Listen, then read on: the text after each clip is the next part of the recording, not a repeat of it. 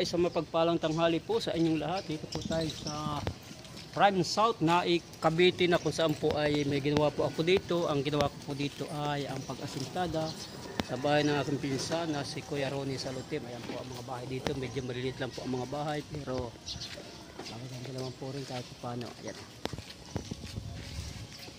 Ayan, dito po sa Naik, Cavite.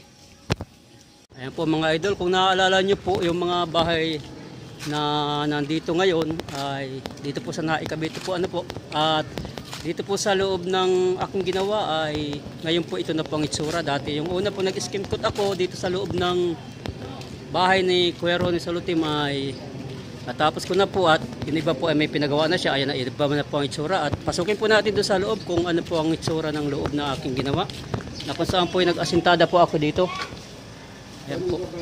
Ayan po ang may-ari, oh. Shout out po sa may-ari ng bahay, kay Kuya Ronnie. Dito sa Naik, Cavite po, Prime South. Tingnan po natin sa dito sa loob. Sa aking ginawa dito sa extension po ito. Ayan po ang ating inasintadahan, oh.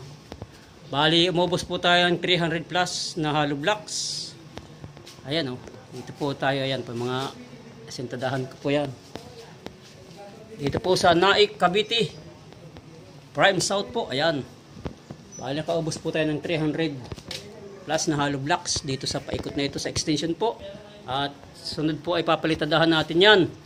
Sa mga taga rito po, shout out po sa mga taga Pasinaya, Naik, Cavite. At kung may mga nais po magpagawa ay pwede naman po akong kontakin, or pwede po sa YouTube ko. Ayan, bali may hukay na po yan dati. At bali pang 3 araw ko po lang nagawa. May dating hukay na po yan, may binago lang po tayo ng konti at nagbintis po ng konti lang. Hinabol ko lang po, medyo inihabol ko po para maging matuwid. At ang ating bali poste na po ay yung 14mm na, oh, para diretso na. 14mm na po ang pinalagay ng may-ari dahil medyo gusto makatipid. 14mm po saka may tubo. Ayan. At ang mga bakal po, may mga 14mm po tayo kung mapapagmasan. Ang lalaki naman ng ng mga bakal.